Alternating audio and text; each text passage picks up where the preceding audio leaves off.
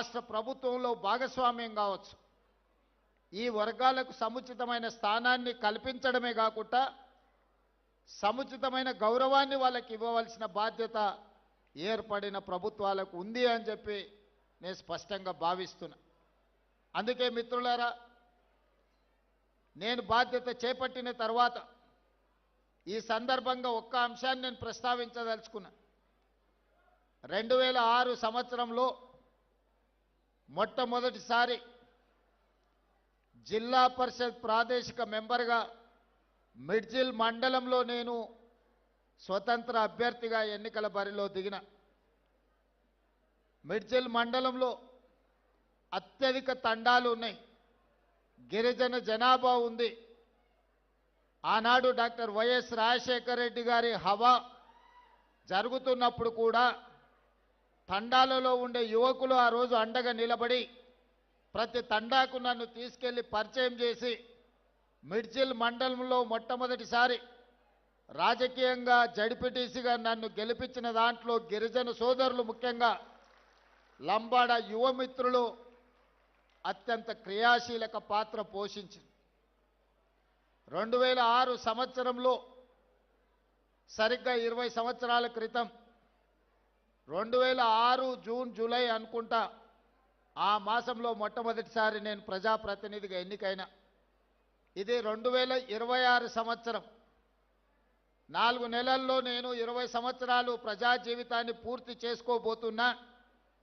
ఈ 20 సంవత్సరాల రాజకీయ ప్రస్థానంలో జడ్పీటీసీగా కావచ్చు, శాసన మండలి సభ్యుడిగా కావచ్చు, 2 సార్లు శాసనసభ్యుడిగా కావచ్చు, ఒకసారి పార్లమెంట్ సభ్యుడిగా కావచ్చు, కాంగ్రెస్ పార్టీ అధ్యక్షుడిగా, ఈనాడు తెలంగాణ రాష్ట్ర ముఖ్యమంత్రిగా ఈ 20 సంవత్సరాల సుదీర్ఘమైన రాజకీయ ప్రయాణంలో ప్రతి సందర్భంలో లంబాడ సోదరులు నాకు అండగా నిలబడ్డరు.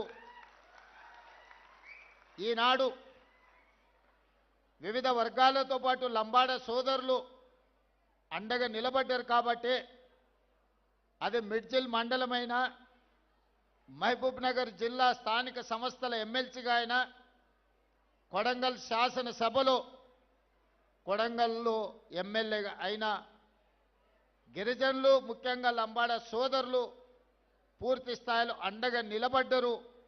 ఈరోజు ఈ హోదాకు రావడంలో మీ వంతు సహాయము, మీ వంతు అండదండలు ఉన్నాయి. అందుకే ఈనాడు ఈ వేదిక మీద నుంచి మా మిత్రులు అడ్లూరు లక్ష్మణ్ గారికి నేను ఆదేశాలు ఇస్తున్నా. అదేవిధంగా స్పెషల్ చీఫ్ సెక్రటరీ సవ్యసాచ్ ఘోష్ గారికి నేను ఆదేశాలు ఇస్తున్నా. తెలంగాణ రాష్ట్రంలో ఉన్న అన్ని తండాలకు బీటీ రోడ్లు వెయ్యాలి అని నేను ఆదేశాలు ఇస్తున్నా.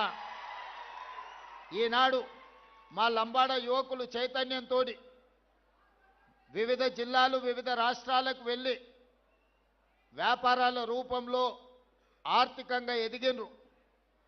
తండాలో ఉన్నవాళ్ళు సైకిల్ మోటార్లు కొనుక్కున్నారు, బయటకు వచ్చిన వాళ్ళు కార్లు కొనుక్కున్నారు. సొంత ఊరికి వెళ్ళాలి అని అంటే వాళ్ళ తండాకి వెళ్ళాలి, తండలో ఉండే వాళ్ళ దాయాదులను కలవాలి అని అంటే వాళ్ళు కొనుక్కున్న సైకిల్ మోటార్ అయినా కార్ అయినా ఆ తండాలకు వెళ్ళలేని పరిస్థితి. వాళ్ళు బయట ఎంత గొప్పగా రాణించినా సొంత ఊరికెళ్ళి సొంత వాళ్ళని కలవాలనుకున్నప్పుడు రహదారులు లేని పరిస్థితి ఈరోజు మన రాష్ట్రంలో ఉంది. అందుకే స్పష్టమైన ప్రణాళికతోని నేను చీఫ్ సెక్రటరీ గారికి ఇన్స్ట్రక్షన్స్ ఇస్తున్నా. ప్రతి తండాలో పాఠశాల ఉండాలి, పాఠశాల భవనానికి మీరు ఏర్పాట్లు చేయండి. దాదాపుగా కొన్ని వేల గ్రామ పంచాయతీలను గత ప్రభుత్వం చేసినా అన్నది, కానీ ఏ గ్రామ పంచాయతీలో గ్రామ పంచాయతీ భవనం లేదు. గ్రామ పంచాయతీ భవనం లేకుండా గ్రామ పంచాయతీ సర్పంచ్ ఎవరైనా గిరిజన సోదరుడే అవుతాడు. అది గూడాలు కావచ్చు, తండాలు కావచ్చు. గ్రామ పంచాయతీ లేకుండా ఏ విధంగా వాళ్ళు పరిపాలనను ముందుకు తీసుకెళ్తారు? అందుకే గిరిజన గ్రామ పంచాయతీలో రాష్ట్రంలో ఎన్నుంటే అన్ని అన్ని గ్రామ పంచాయతీ భవనాలు నిర్మించడానికి మీరు ప్రణాళికలు సిద్ధం చేయండి. అదేవిధంగా ఈ గూడాలకు ఈ తండాలకు కనీసం ఒక్కటైనా బీటీ రోడ్డు ఉండాలి. మీకు ఎవరైనా బంధువులు వచ్చినా మీ పిల్లలకి ఎవరైనా పిల్లని ఇవ్వాల్సి వస్తే పిల్లగాన్ని చూడడానికి రావాలంటే ఊరికి రావడానికి దారి లేకపోతే ఇక పిల్లని ఎవరిస్తారా మీకు? అందుకే ఖచ్చితంగా ప్రతి తండాకు రోడ్డు వేసే ప్రణాళికను ఈరోజు తీసుకోవాలి అని చెప్పి మా ట్రైబల్ సెక్రటరీ గారికి ఆదేశాలు ఇస్తున్నా. ఇదే కాదు, తాగడానికి మంచినీళ్ళు, అవసరమైన నీళ్ళ ట్యాంకులు, మిషన్ భగీరథ మీద 1000 కోట్లు ఖర్చు పెట్టిన ఆదిలాబాద్ ప్రాంతంలో నేను పర్యటన చేసినప్పుడు చాలా తండాలకు గూడాలకు తాగునీరు ఈ రోజుకు రావడం లేదు. కొన్ని ప్రాంతాలలో కరెంటు కూడా లేదు. ఎందుకంటే ఫారెస్ట్ వాళ్ళు మీకు కరెంటు పోల్స్ వేసి మీ గూడాలకు తండాలకు కరెంటు ఇవ్వనివ్వడం లేదు ఫారెస్ట్ రూల్స్ ప్రకారం.